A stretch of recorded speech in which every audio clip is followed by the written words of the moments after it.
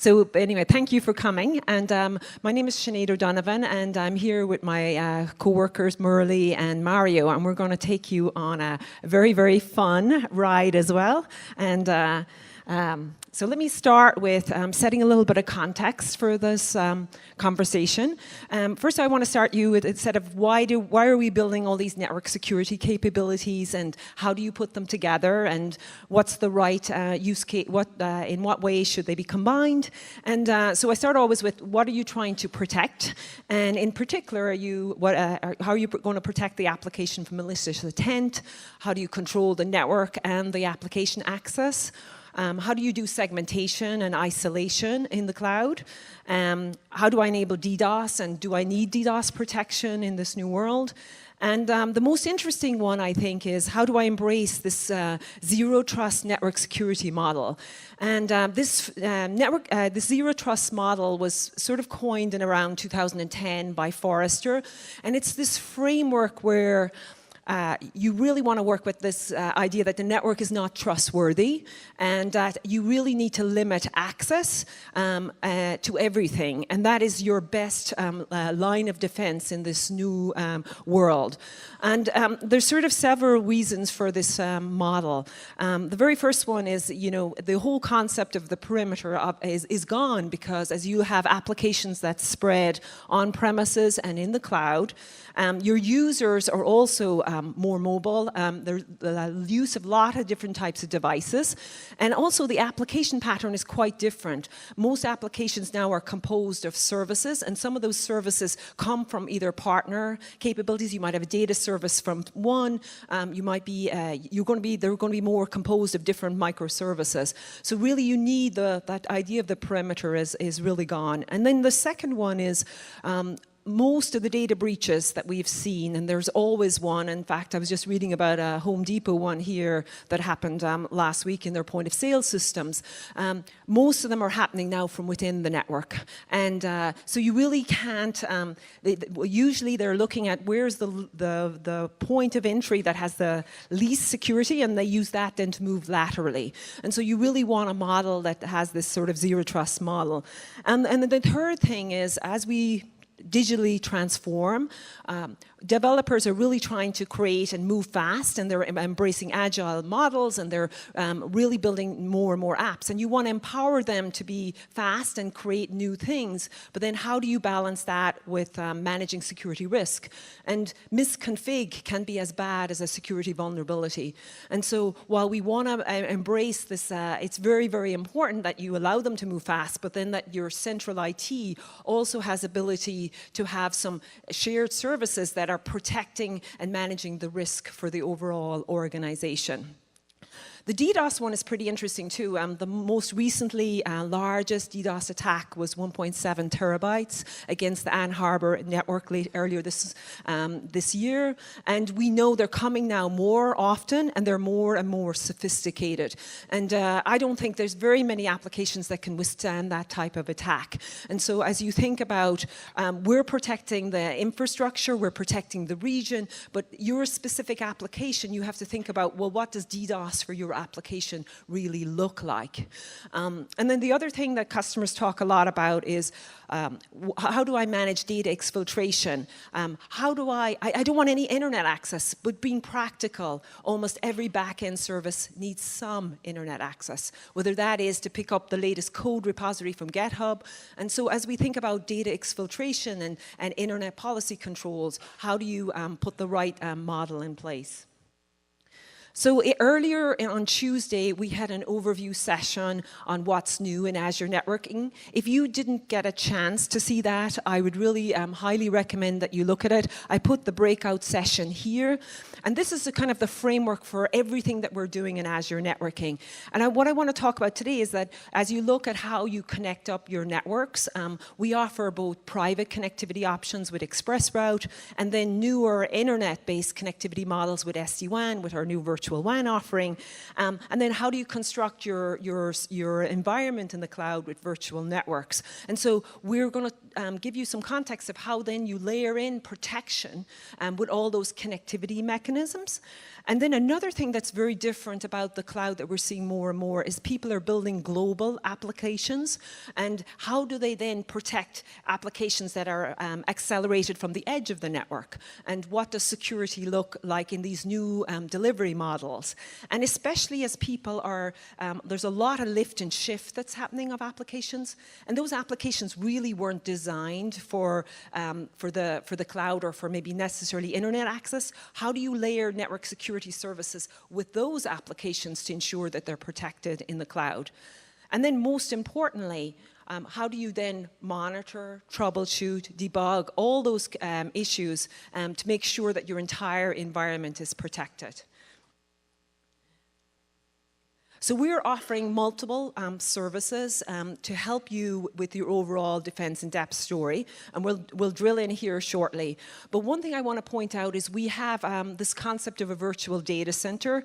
We've had it now for many years, but it's going to have a major refresh here this month. And it's a set of documentations and guidelines that we publish on Azure.com about typical network topologies for customers. And so we're going to use that virtual data center concept here shortly, and Murli will walk you through that. We're going to tell Azure Firewall GA'd today. I think our key message for the Azure Firewall is it's an as-a-service offering.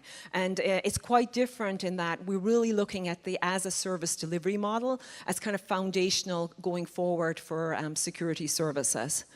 The second thing, we've got DDoS earlier this year, GA'd as well, and this was our exposure of our infrastructure services now tuned for your application and your ability to leverage that service for your specific application.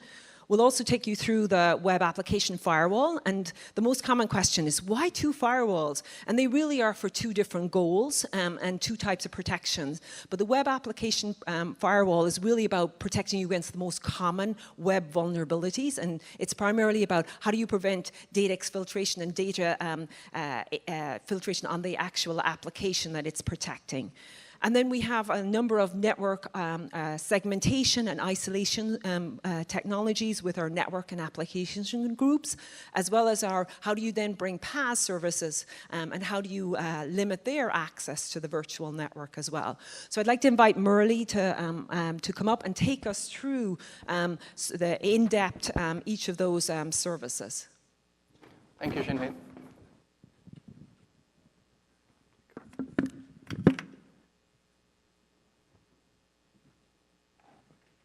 Thank you. So that was a great overview of the theme that we've been starting off throughout the session at Ignite. And hopefully it's very clear that we are building various security services as well as features to help you with connecting your on-premise workloads with your Azure seamlessly, as well as to protect your workloads against malicious threats of various sorts, even within the perimeter microsegmentation. And finally, the way you can deliver your content to your own customers with a lot of confidence. And last but not the least, you can also monitor all of it, which is very crucial. And that will be the theme that we will continue throughout the session today, highlighting as we walk through the features. And again, as Sinead has mentioned earlier, this is a concept, virtual data center. And again, this is just a logical architecture.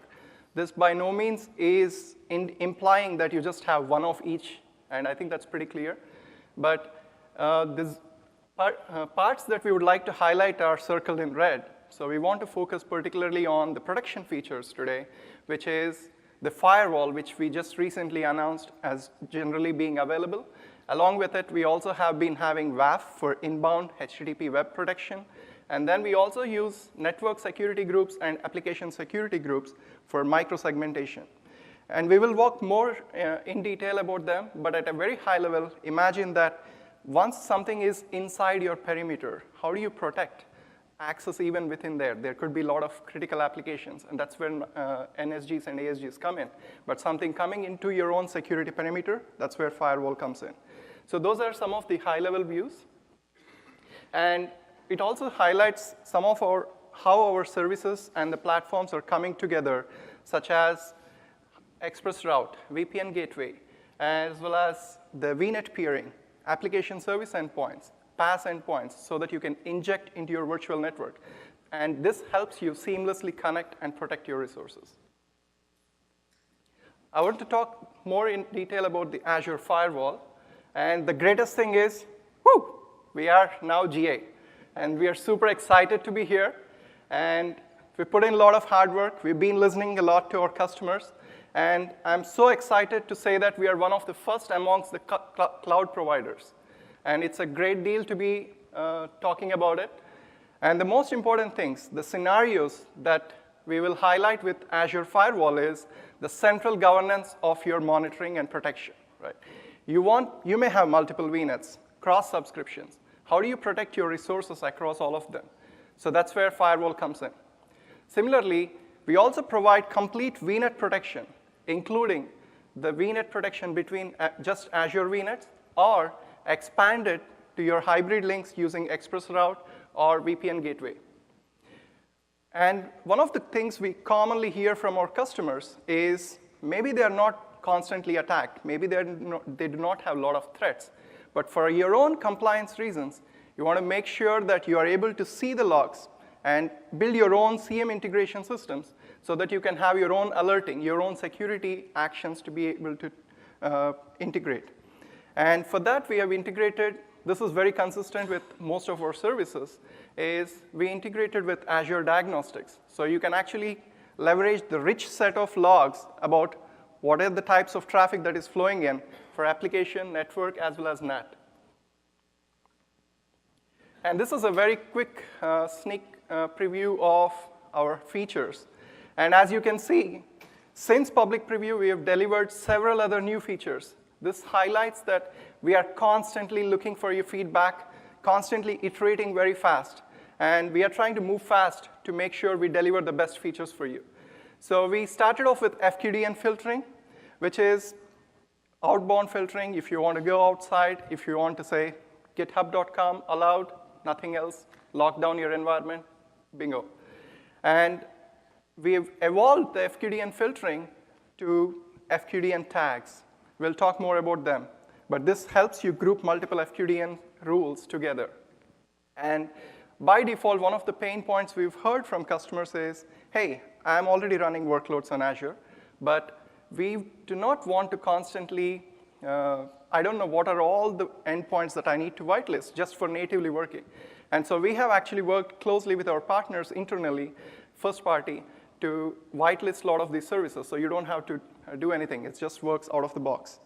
And we have also added NAT support so that you can publish your inbound services through Azure Firewall. Again, I want to emphasize, this is not your web application. This is your non-HTTPS workloads.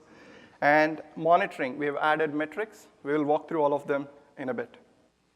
And we will be integrating with Azure Security Center pretty soon. That will be one of the things. And I want to briefly talk about our successful public preview. We've been in public preview for about 3 months. There's huge amount of excitement. And I really wish to continue that momentum because we've had partners and customers who are super excited and despite being in public preview, have already gone in production with us. That gives us a lot of confidence as well as helps you kind of relate with the customers and see if you're in the same boat. And in one of our earlier sessions on Tuesday, we had Jan Martin from ABN AMRO talk with Yusuf about how excited they were about Azure Firewall and how they have integrated Azure Firewall into their workloads to improve their CI/CD pipelines. And we are excited to have Simon here from Willis Towers. Simon, and he will walk us through how they are using Azure Firewall and his excitement about it.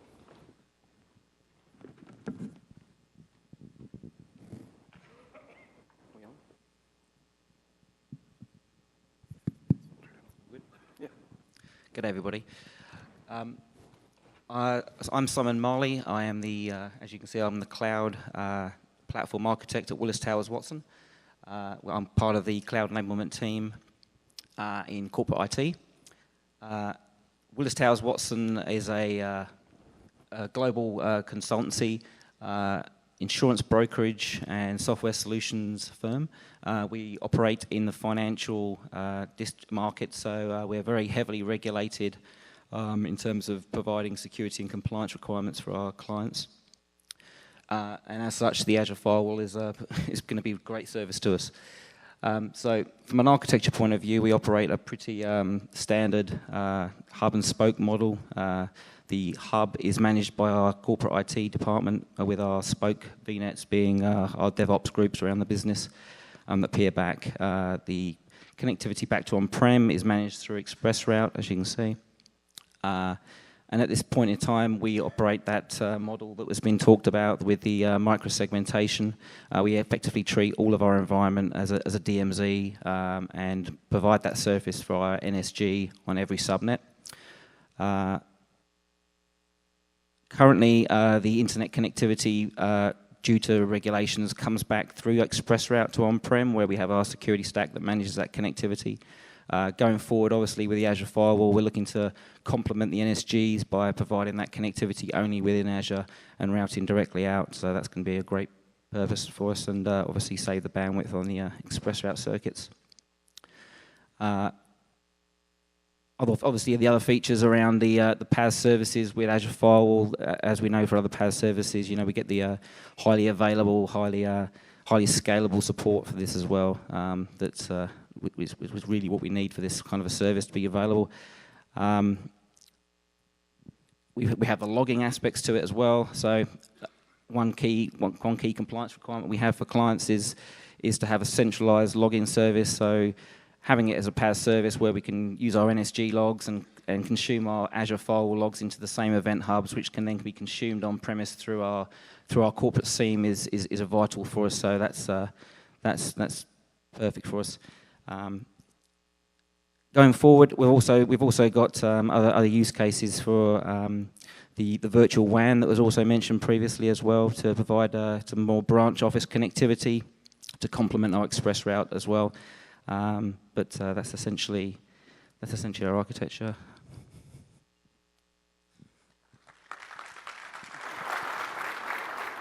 Thank you, Simon. Cool. Again, thanks to Simon from Willis Towers for sharing their experience and use of Azure Firewall. And I'd like to now take a deeper look into the firewall features. So to begin with, we'll start with our inbound traffic filtering. And as we've been mentioning, the firewall, when we started off with outbound filtering explicitly because we already have web application firewall. But we also know that because of the asymmetric routes, it is not possible to publish everything. You will have to do a lot of control plane gimmicks. So instead of that, we have published inbound filtering, and we have seen a lot and more scenarios where we can integrate with SaaS WAF providers, such as Encapsula, where you can have WAF integrate with firewall and protect your resources from there. And we also, basically what we do is we are doing DNAT. The packet comes in on the published IP, and from there we forward it to the backend port. And we are enforcing some network traffic rules also on the inbound traffic. And there are a couple of known issues, so bear with us as we fix them very quickly. But there is a workaround on port 80 and port 22. FQDN tags, we briefly mentioned about this. And again, this is a roll-up of some of the most common workloads that we have seen, which is Windows updates, Windows diagnostics, application service endpoints, and maps, Microsoft map services, and one more thing. So we have about 5 FQDN tags that are already available at this time for you to use. And it is a roll-up of several FQDNs. Some of them are even like 2,000 FQDNs. And it will be, imagine what amount of effort it will be for you to go figure out all of them. So we've rolled it up into FQDN tags, and it's a very simple rule. I'll show you in a quick demo how you can just set up a rule that says, OK, I want to whitelist Windows updates. And some of you, if you do not want it, you just don't add it, right? And the next complex feature is our extension to the hybrid links. And it's the same, the data path is the same for Azure Firewall. But you can now leverage the power with some simple configuration where if you want to have a spoke connecting to the on-premise network, how would you like to protect it using Azure Firewall? And again, most of the policies and the control plane is going to be the same. You are going to configure the policies in a central management system, and the same rules will apply. You can specify the subnet ranges that you would like to protect, etc. But the configuration here is, this is a spoke VNet that you want to protect, that you want to filter the traffic going into the on-premise network. So the way you do is, you have to disable BGP on that particular, so you cannot discover, and on-premise cannot directly connect to this spoke VNet. And once you do that, you're also configuring a UDR on that particular spoke VNet to forward all of the traffic to Azure Firewall, right? So as a default gateway, anything that is not known goes into the Azure Firewall. And on the Azure Firewall, you're actually configuring a UDR to forward the traffic onto the on-premise network, okay? So you configure another UDR for this particular on-premise subnet because it's not discoverable by the spoke. So you forward it in, and then from there, the response comes back through because it is coming through the Azure Firewall. So just by configuring the UDR and some of these gateway settings, you're able to leverage the same power of Azure Firewall. So this is up on our documentation page, but this gives you the detailed steps on what is the recommended configuration. I know it can take some time for you to figure it out, so hopefully this will help you simplify. And we also understand that sometimes you may have created firewalls and you have attached it to the VNets as well as to the public IPs, but then maybe you have to take it off for various purposes, but you want to save the configuration. So we support deallocation and allocation. Again, it's a very simple through the PowerShell. As you can see, it's 3 lines of code to deallocate, and again, 3 lines of code to allocate. And this is very important because we've been hearing and we understand there are various security options and features. I want to make sure that you understand the synergies that we have with the rest of the protection stack at Azure. So we leverage application gateway, web application firewall for common known vulnerabilities that are documented in OWASP-based security. Mario will talk about them later in detail. And we have network security groups for segmentation, micro-segmentation. And finally, we have service endpoints where if you have workloads that need to be locked out to the internet, but you want access to storage, SQL, so on and so forth, you can use service endpoints for that. And today, our integration with service endpoints is you can integrate them with Azure. So instead of enabling service endpoint directly on your workload subnet, you forward all the traffic to Azure Firewall, and then from there, you can configure service endpoint.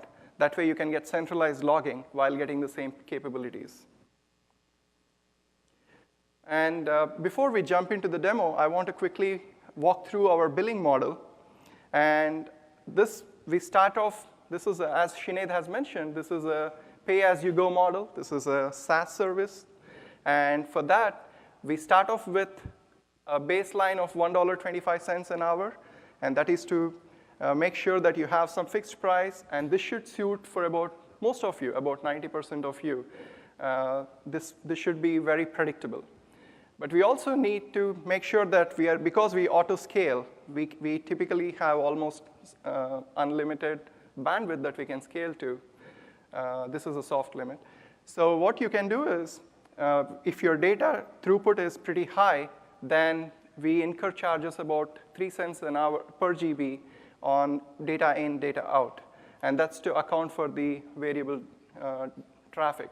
And again, although it feels like it's a combination of fixed and variable, I want to make sure that it is very clear. So most of the customers, you already know what your predictable workloads is. So for example, one of the customers was mentioning they have Windows backup or Windows updates running in at the same time around certain time frame. So during that time, you know how many times it's going to spike up. You know what your bill is going to be. So for other customers, I think just the typical fixed model is going to do. And also in terms of how many instances of the firewall that you may have to deploy, again, it's very hard to say. It's very dependent on the architectures that you have. It ranges from a wide variety of the spectrum. But if you have a good example, as Simon had mentioned earlier, as well as Jan had mentioned, pre-prod, prod environments, you could have, if you want isolation, and you have the same kind of pipelines, you have firewall for each, right? And you do not, it's completely segmented. Similarly, there are certain customers who essentially say, hey, I want to categorize my workloads based on risk categories. I want this division to be red division. I don't want anyone to be accessing this. So you've put a firewall to secure that perimeter. And you have other customer and other categories. So there are various combinations that you could achieve. It really depends on how you define your perimeters and where you want to put. So with that, I would like to shift gears into the demo.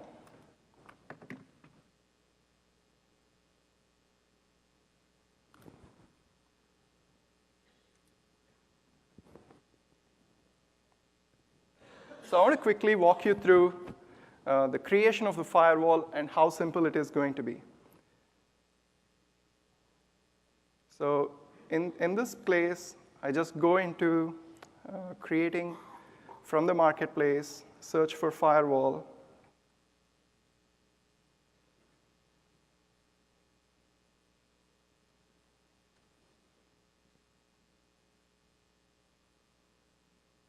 And then here I just specify the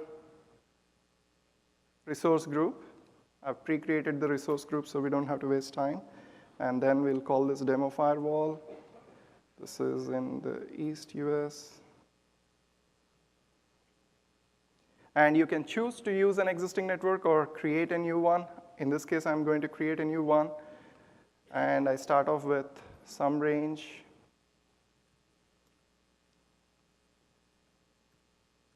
This is the firewall, because the portal already understands that we require an Azure Firewall subnet on the VNet. So if you choose to create an existing one, then make sure to have an Azure Firewall subnet created. And I can use an existing IP or create a new one. And that's pretty much it. So I had to specify the resource group, VNet, and my options for the public IP. And there you go. It takes about 4 to 5 minutes for it to create. So we're not going to wait for it to finish. And we'll now look through an existing firewall configuration where I want to walk you through some of the features. So here, you can see the overview section. Is the screen visible to everyone? Okay. So you have a private IP address. This is the IP address that you will configure your UDRs to. So you don't have to go anywhere, just go in the overview section. And if you want to understand for what IP it is going to egress out, because all of your traffic going through the firewall is going to egress out with the public IP, you can get that information here. So we'll take a quick look at what that is. And take a note, it's 4092.4162. And we'll come back to the rules section. Again, it's a very simplified UI. We try to provide a very consistent view. So you start off with a NAT rule collection where I have an FTP and RDP published here. So you can expand and see what sort of rules I have. In this case, the RDP, I've published the public IP, forwarded to the internal IP of 10204 on port 3389. And you can go and look at the network rule creations. It's a similar concept. And we will go ahead and try to look at application rule creation. So here, I can create a new rule. And the priority is very similar to what you are used to. The lower the number, higher the priority. So let's say I start off with 1,000. I already created that. And you can choose an action of allow or deny. And that applies to every single rule within this collection. And here I can just create a dummy rule. And this is where you can do some segmentation, where you want to say, hey, I want to allow access to github.com, but only from IPs originating from this, within this range. For simplicity, I'm just going to do this. You can specify the protocols. We also support non-standard HTTP, HTTPS. So if you have HTTP 8080, you can do that. And you can specify target FQDNs, so something like github.com, and it supports wildcard at the beginning. And then you can also choose the FQDN tags. So that's how you can create. I'm going to discard the change because we already have an existing one. And let's take a look at how I configured this. So I've configured 3 rules within this rule collection. All of them are set to allow. By default, embracing the zero trust network model, we do not allow anything going outbound. So once traffic hits the firewall, it's going to drop everything until and unless you whitelist it. And the Windows update, all I have is, I've not specified any FQDNs. I've only specified the Windows update FQDN tag. And similarly, the Windows diagnostics is another one. I've just expanded them into multiple rules for simplicity, but you can choose multiple of them. You can even combine the FQDNs and FQDN tags. And I've allowed only Microsoft.com here. So, and we'll take a look at the metrics in a bit, but let me now try to log into the server that we just published. So that was the public IP, and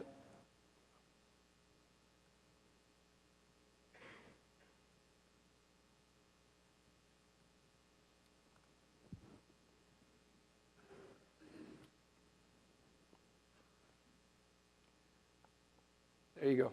So we are now logged into the server that is not exposed. It does not have any public endpoint. And let's take a quick look to make sure. So this is the FTP server that we are logged into. And if we can look at its overview, we do not see any public IP of its own. Do you see that? So through Azure Firewall, I'm able to RDP into a server that is behind, protected.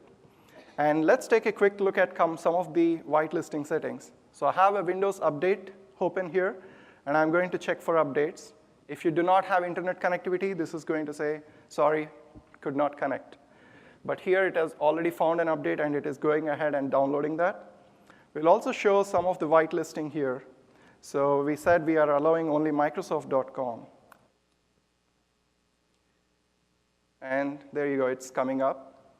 And if you try to go and access, let's say, MSN.com, this is blocked.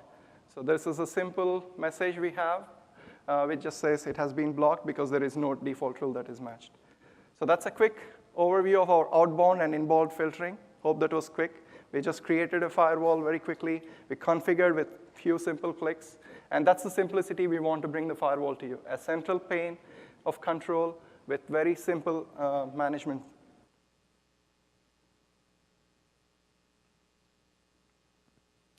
And as we wait for this to finish up, so this has finished, created. I want to drive home one point, which is most of us, when we say we are installing a firewall or deploying a firewall, we are scared that it may disrupt our network, right? But in this case, we are not doing anything intrusive unless and until you choose to route the traffic. So you don't, unless you create a route table and specify the UDRs to route to the traffic, you're not breaking any of your connectivity. And you can slowly start directing traffic from one subnet to the other, one subnet and the other through the firewall as you become more and more comfortable. So you can go ahead and start playing with it as of today. Now let's take a look at some of the logs. So as I said, so I'm on the same firewall, but on the metrics section here. So you can choose some of the metrics we have enabled. How many network rules have been hit, and how many application rules have been hit. So here's a quick counter of that. And we can also look at the logs. And I've pre-filled this to save time. But here you can choose the resource type to be Azure Firewalls and the category. And you can also filter by, I'm looking for DNAT rules. If I run the query, you can look at the messages.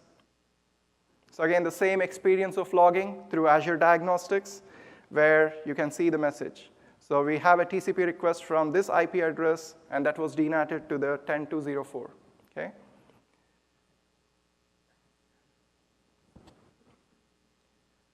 With that, I want to move back to the presentation.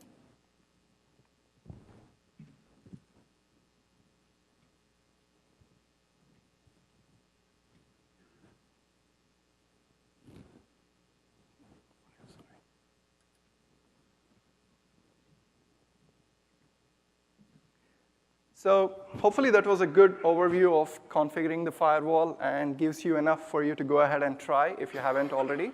How many of you have already tried firewall, Azure Firewall? It's good to see a few hands. Thank you. And now I want to focus on the ecosystem that we are building. Again, the same power of Azure Firewall exposed through the consistent REST APIs has enabled quite a few of our partners. Again, some of you might be here who are working, willing to integrate with Azure Firewall. You can go ahead now and start. There is nothing else that we need to do. I mean, of course, we'll continue to enrich, but we already have REST APIs that you can go ahead and integrate with. And I'm excited to talk about 3 of our partners, AlgoSec, who will very soon be integrating with us, and we'll have a preview coming up. Barracuda has been working very closely with us, and they already have a product that is ready for you in preview mode. They provide central management capabilities, and you might have seen more details about that later. There is a link at the bottom of the page for you to go ahead and check it out. They have a really cool video on how that works. And Tuffin is another one we have been working very closely with, who try to leverage the capabilities and power of Azure Firewall to protect container services. And again, I just want to add a little disclaimer. They are in preview right now. Azure Firewall does not yet support everything, all sorts of configurations with AKS yet. We are closely working with them to enable that soon. But I just want to highlight that in certain scenarios, this is going to be very powerful, and it's working. So I want to play a video here.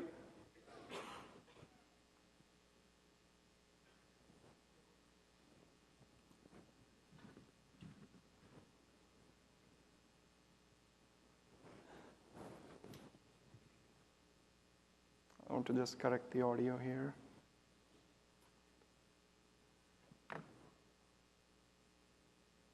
I need help getting the audio.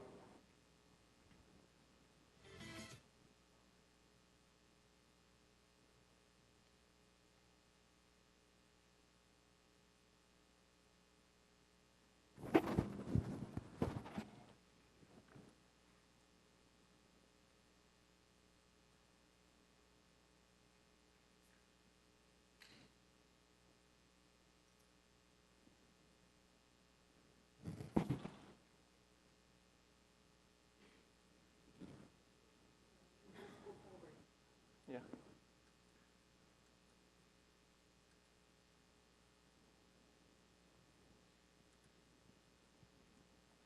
Okay, we'll come back to it after the audio link is about. Sorry about that. And with that, I would like to hand off to Mario, who's going to walk us through DDoS protection as well as network security groups. Thanks, Mario.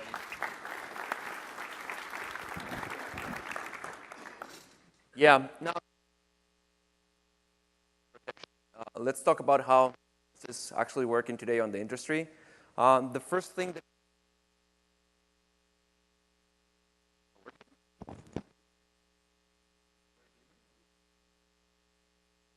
okay, let me move this a little bit.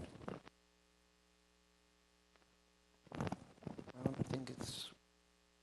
Give me 1 second. Hello? Yeah, good, awesome. Yeah, so the first one, before we jump in, we know, everybody knows about DDoS and how it's actually working and facing in the industry. The frequency, it's changing every time. It's continuously growing the impact into the customer's network. So we're seeing that this level of sophistication that DDoS attacks are getting every time, it's actually getting forward. So for any company or any organization to be protected for DDoS, it's very difficult to keep with the rate of changes that any of those level of attacks are actually impacting customers. Now,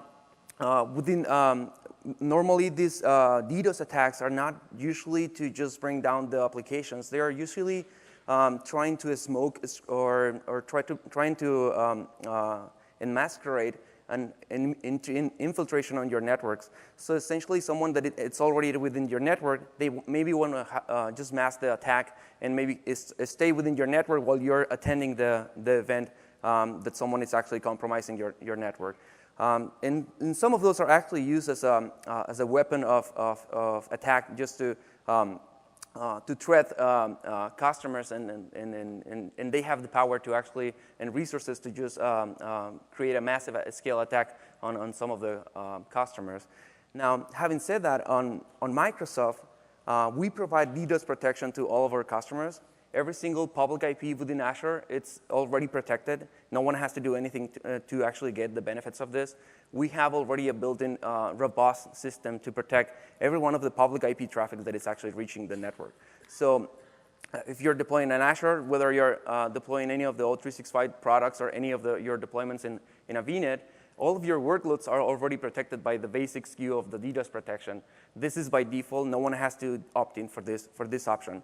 One of the benefits is that all of the learnings that we have in the industry, all the continuous learning that we have for DDoS attacks, we are already providing this to every one of our customers. So we basically don't want any one of our customers to be compromised by a DDoS attack in any way. Depending on your applications and the level of expertise that we have is that we are continuously monitoring your workloads, and we are adapting depending on your workloads. So whether you're in different industries, like for example, if you're in a gaming industry, or maybe you have some voice traffic within your network, we are always adapting depending on your needs. So your workloads can be protected depending on the different thresholds that you have on your network. So one of the benefits that we have now for DDoS, and we thought, okay, this is a great protection for our customers, and we're giving this this basic protection for everyone. But maybe one of you might be interested on having a specialized and customized protection to your network, where you can have visibility onto what we're doing with this protection on your network. And this is called DDoS protection. It has a standard SKU. It's very simple to use within your VNet. It's only a matter of sample clicks on the blades of the VNet. So once you create a VNet protection, DDoS protection for your network, what you get is the same benefits that we have on the basic protection, but it's customized to your workloads. What this means is that we are going to learn and adapt depending on your workloads. So if you have workloads that have different thresholds, we're going to basically adapt to your needs in a specific.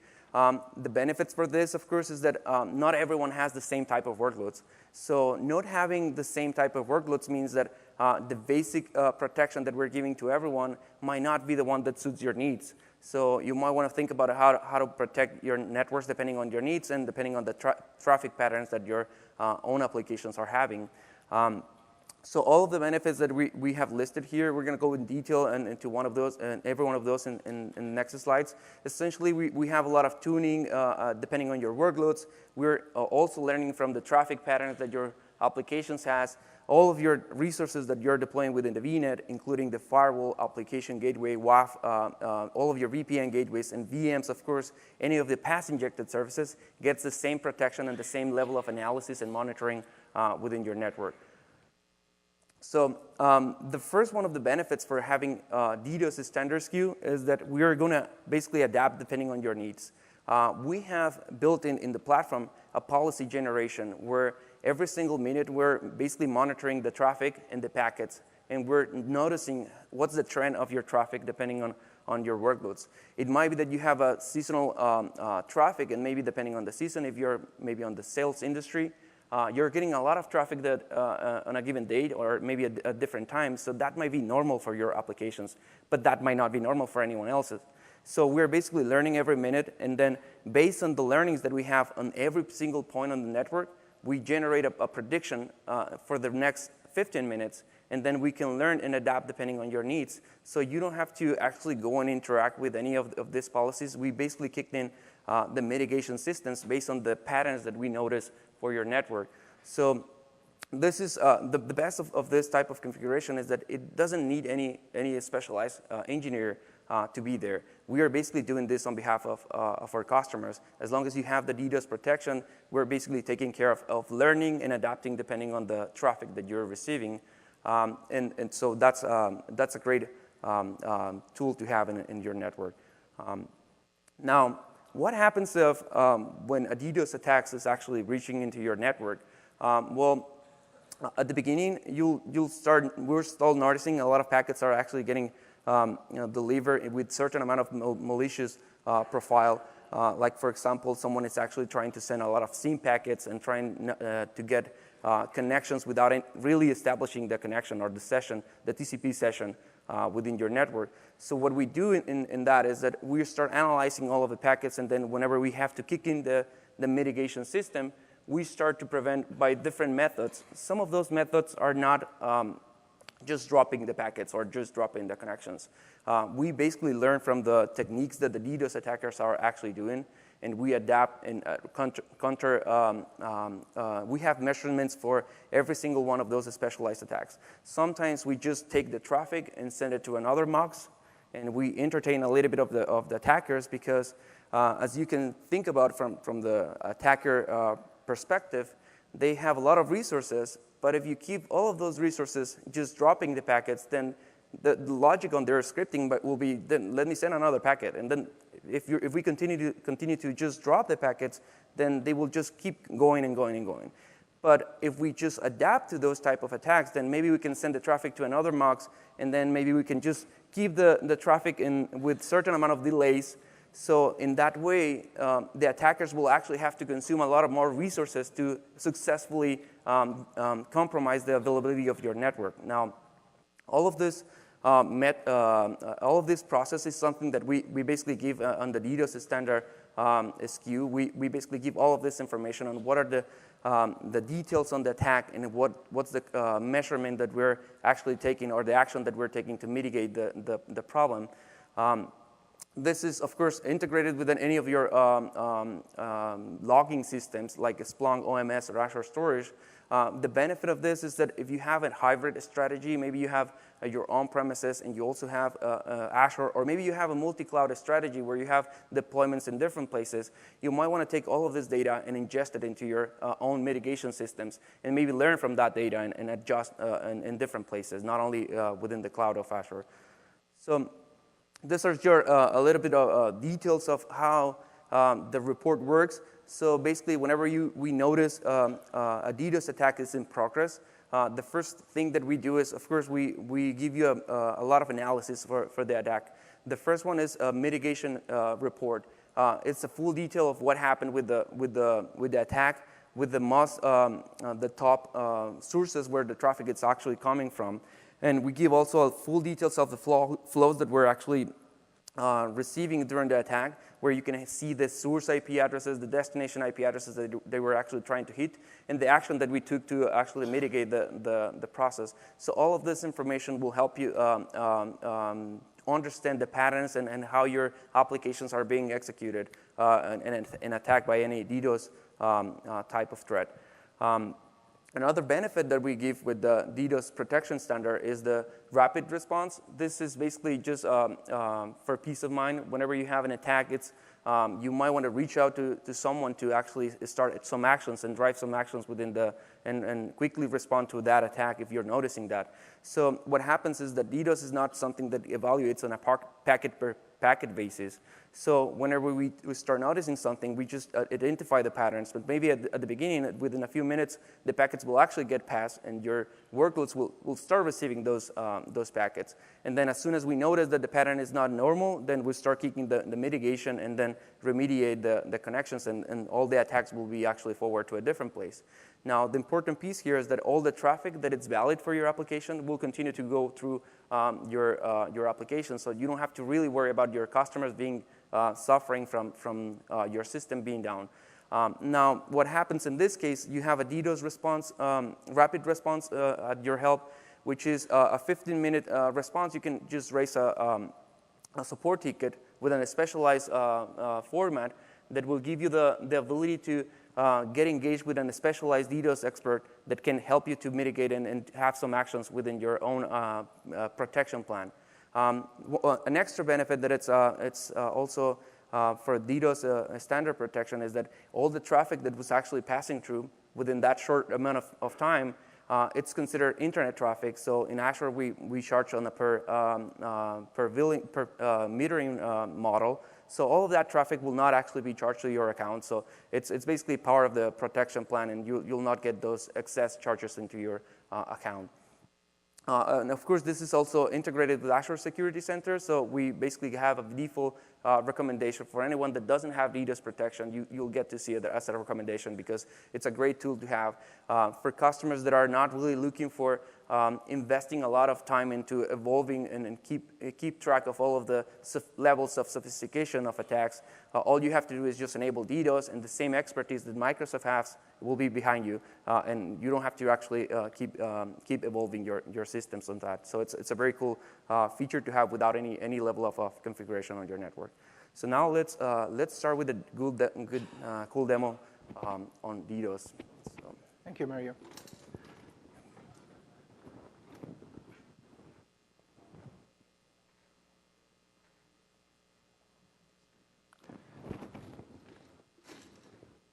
So last night I had a chance to validate if DDoS protection, how does it work? So Microsoft, along with the features that are documented that Mario has described, we also want to make sure and give you the confidence that you are indeed being protected. So we have partnered with a company called Breaking Cloud, who has provided us tools to simulate DDoS attacks against, of course, the public IPs that we own. Otherwise, we don't want to launch DDoS attacks against someone. So it's integrated with Azure. And okay.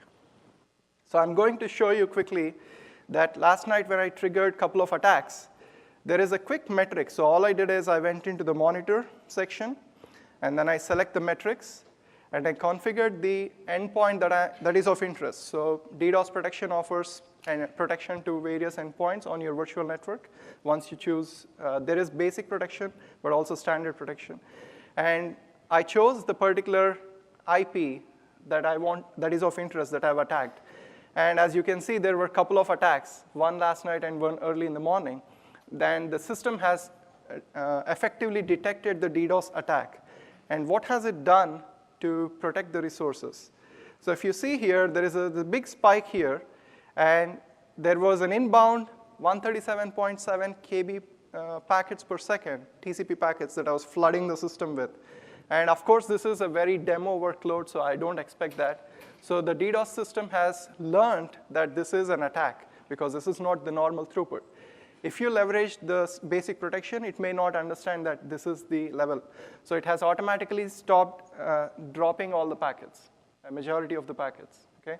And again, this based on the tune, if I continue to play and if it is a real mixed load, this system will continue to adapt. Okay? So hopefully that was a quick peek of the power of DDoS protection and how you can validate it. Thank you.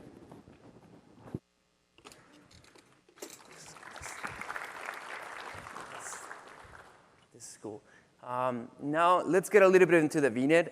Another option that just I'll go quickly through it. It's the web application firewall. I think we have talked a little bit, and we had a session on detail with this product. It is just for basic understanding. Whenever you have a session for DMZ, the WAF is one of those important components that you probably want to have, which is the protection for common vulnerabilities on web applications.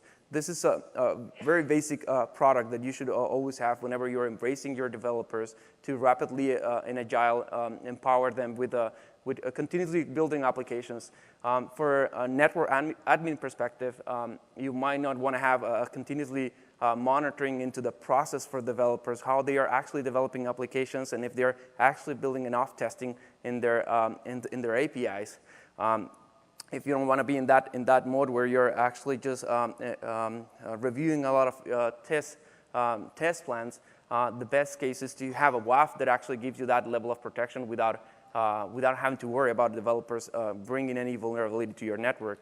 So the WAF will give you the basics for any type specialized web application vulnerabilities like cross-site scripting and of course SQL injection. So it will actually learn based on the patterns and the traffic that it's actually reaching, and it will automatically protect you. And basically your workloads behind will never actually reach, will not be reached by any traffic being hit by any of those vulnerabilities. So you don't have to worry about actually enabling anything extra. Of course, this is integrated within Azure Security Center and also within Azure Monitoring. The same logins and metrics that you are familiar with, you'll have them as well, and you can actually learn and combine within the different set of products within Azure to combine a good view of how your applications are getting protected. This is, of course, for inbound traffic. We're using HTTP and HTTPS. This is just a slide with all of the benefits that we have announced within this Ignite, which is you have the ability to connect with AKS clusters with an ingress controller. You have the ability to protect web apps, which was already there. You have a lot of improvements with respect to performance. It's getting deployed within less than 5 minutes. It also has an improved performance on programming. Availability is also improved significantly. You have now cross ACs deployment, so you can be safely deploying into multiple availability zones, and your deployments will be fine because your gateways will actually be resilient between multiple ACs. The SSL offloads are actually have a significant improvement on performance. So this is just a list of improvements, and for more details, I think we can go and review a session that we had on Wednesday where we went deep into that product and with more advanced capabilities. Now, coming now within your network, now having a firewall, it's a great thing to have. But once you're getting into the network, it might be a good strategy to actually start with your segmentation within your network. So for all the VNet traffic, just because someone actually bypasses the firewall doesn't mean that they should have access to your most critical workloads. Like if you have databases or things like that, anyone that has any intrusion within your network should not be able to easily connect to any other place. Now, this is coming within the same best practices, which is the zero trust model. So within your network, you should treat it as a compromised network in the sense that everything that you're actually deploying there should only accept the traffic from the workloads that you know that should be identifiable. So for this, we have a couple of products that are in combination gives you the micro-segmentation and network security within your network. The first one, it's ASG. ASG's application security groups is just the ability to group the VMs freely. It's very tag-based approach. You just define monikers, and then you can group the VMs in whichever way you like. By grouping the VMs now, what you can do with NSGs is define your policy for traffic within your network, and you don't really have to maintain any IP-based ACLing. You don't have to worry about where those applications are actually landing to and how they are scaling, because they might be scaling in different ways, and they might not be very static. So if you don't really want to deal with IP-based firewalling, all you have to do is group the VMs and define the rules in whichever order you like. What this gives you is the ability to scale depending on your own developers. They can create their own application security groups, and all you have to do is give them the rules that you want to actually enforce for them. Definition of the policy doesn't really require any single VM, so the steps that we usually recommend is creating your policy, like your groups and then your rules. And all you have to do after that is just go and continuously create new workloads and just tag the VM with the appropriate workload. So at that moment, for example, in the picture that we have here, creating more application servers is just a matter of deploying the VM and describing that VM as an app VM. And one of the benefits that you get with this is it's, of course, a free configuration that you have for your VNet workloads. What you'll get, the benefits on the zero trust model is that anyone that is compromising any of your workloads will not have a full access to the rest of your network. So your network will be protected. At least it will be a little bit more difficult for anyone to actually breach into your most critical workloads, because they will have to continuously expand into the next layer, and it will be a little bit more difficult. By the time they can get access to your critical workloads, it might be that you already have some mitigation systems that have moved that VM into a compromised section, or maybe just remove the untrusted VM from the network. It's building with the same logging capabilities and troubleshooting. You can ingest the data into your own logging systems. You can send the traffic to a storage account and analyze the patterns within your network and see what's going on, and maybe detect any unusual patterns on your network based on the flow logs that we have on the feature. It's also integrated with Security Center. You have GIT access policy whenever you need a rule that it's only available for a short period of time. Maybe it's an access that it's only given based on a process that you have defined on your corporation. So you can use that GIT access policy to just give access for a given amount of time that is shortly within your network. Now, having said that, whenever you think about a high scale, the level of simplification that we give for VNet traffic, it's the ability to combine all the rules and maybe fewer NSGs. So having fewer NSGs gives you better visibility into your network, and then you can leverage more elaborated scenarios. Like, for example, if you have a quarantines VM scenario, I have just one rule at the top that has the highest priority, and it's a deny rule to an empty group that may be the quarantines VM. So for this scenario, that group might be empty at the beginning, but if I have maybe any threat analysis on the login, and I have noticed that one of the VMs for any reason it's compromised, then I can just tag that VM into that group and just put it into making that VM part of the group. You don't have to go around all the rules and figure what's the appropriate set of rules for that VM. All you have to do is tag the VM with that group, and that will enforce that no new connection will actually get established because you have a high rule that it's enforcing that type of policy. So complex scenarios like this one can be leveraged, and of course, getting the intelligence from different sources will help you to actually leverage this type of scenarios like the quarantine VMs.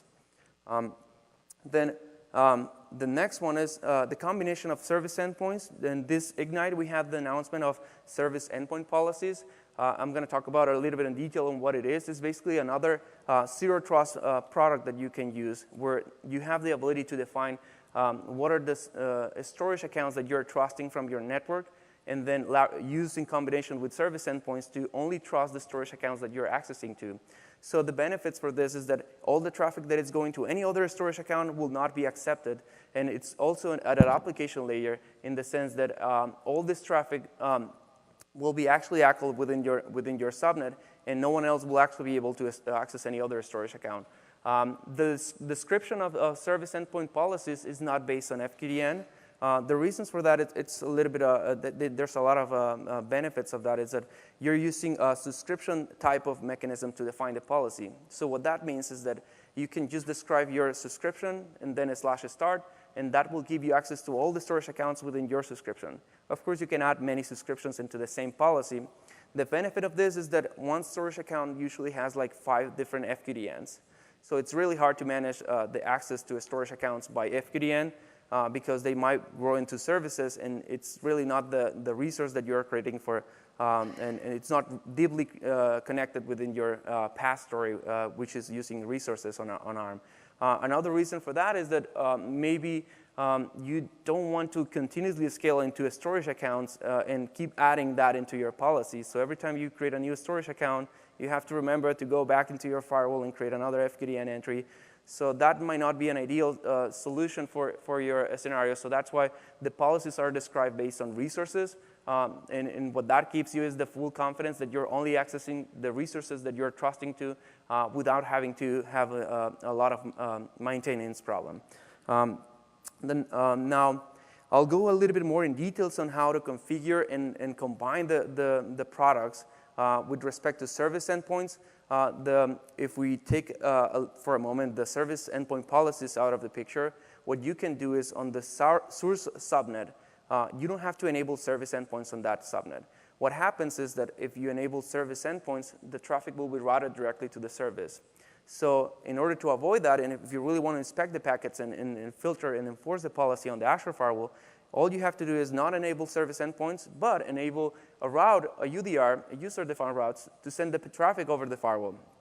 Now, the firewall will be responsible for all the traffic that it's being processed by your FQDNs, and it will actually give access only to the resources that, only to the resources that you're actually trusting. The rest of the resources will not be accepted by the firewall, so therefore your exfiltration concerns or any access to any past resource will also be covered. Now, this is the right configuration. Just don't enable service endpoints on the source subnet, enable it on the firewall, and then you'll be able to lock down access on the resource from the internet. So at the end, you'll get all the benefits from both the firewall filtering your resources and then the service endpoints giving you access and the power to lock down resources to your VNet only. So all traffic from internet, of course, to the resource will not be accepted. Now, coming now to the service endpoint policy, which is the one at the bottom, if you need a granular level of segmentation and access controls, what you can do in this case, if we have a storage enabled, you can enable service endpoints on the same subnet and then apply the policy right there. All that traffic does not need to be on the firewall. And so what this will do is that it will give you the same benefits from the policy definition. You will not have to worry about the specific FQDNs, and you only access the storage accounts that you trust to. The rest will be dropped. So this type of configuration will guarantee that only the traffic that is going to the internet will pass through the firewall. And then in combination, you'll get the zero trust model for PaaS services integrated within your VNet, and of course the firewall for anything that is internet traffic. Now, this is just an example of how we can combine the products. At the end of the day, the VNet strategy is to put all the services in a VNet. So as long as you have the right amount of tools to secure your PaaS resources into your VNet, you'll be in a good situation with respect to zero trust model.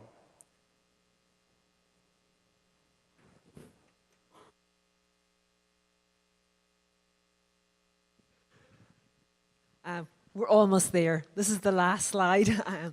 So I just want to bring it all together for you and just briefly talk about the 5 capabilities that we have.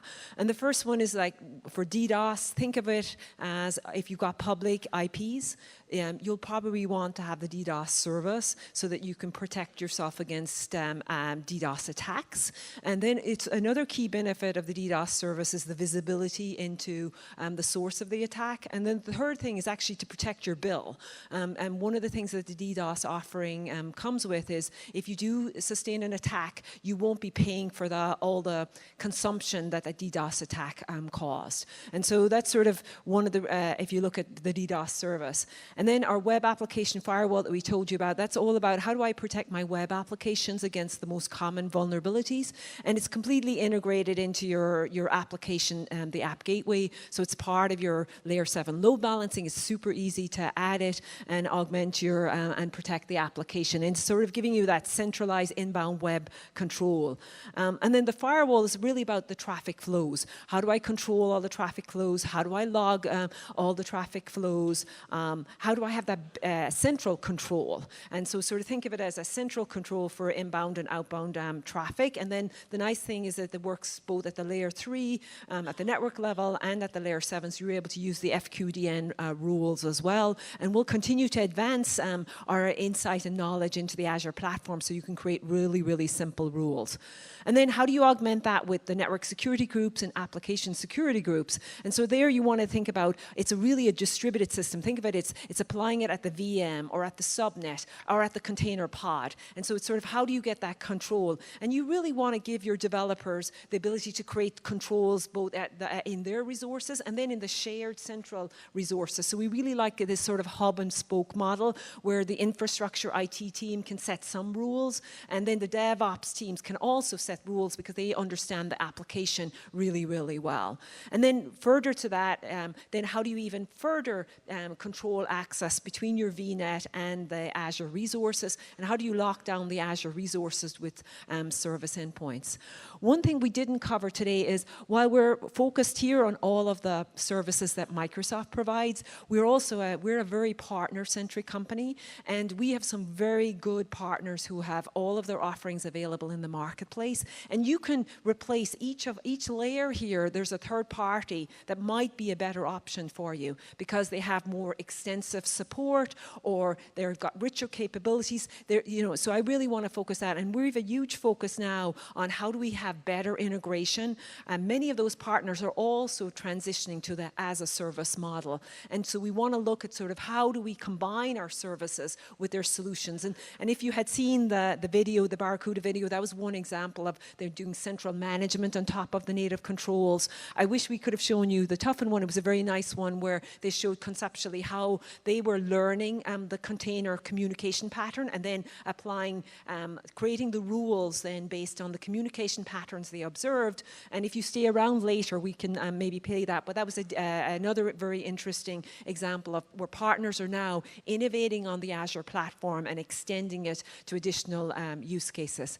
So with that in mind, I want to, we didn't really have time for questions, but if we are going to be here for the next half hour, if you want to come up and ask us, we'd love to work with you as we all bring our workloads to the cloud. So thank you, everybody.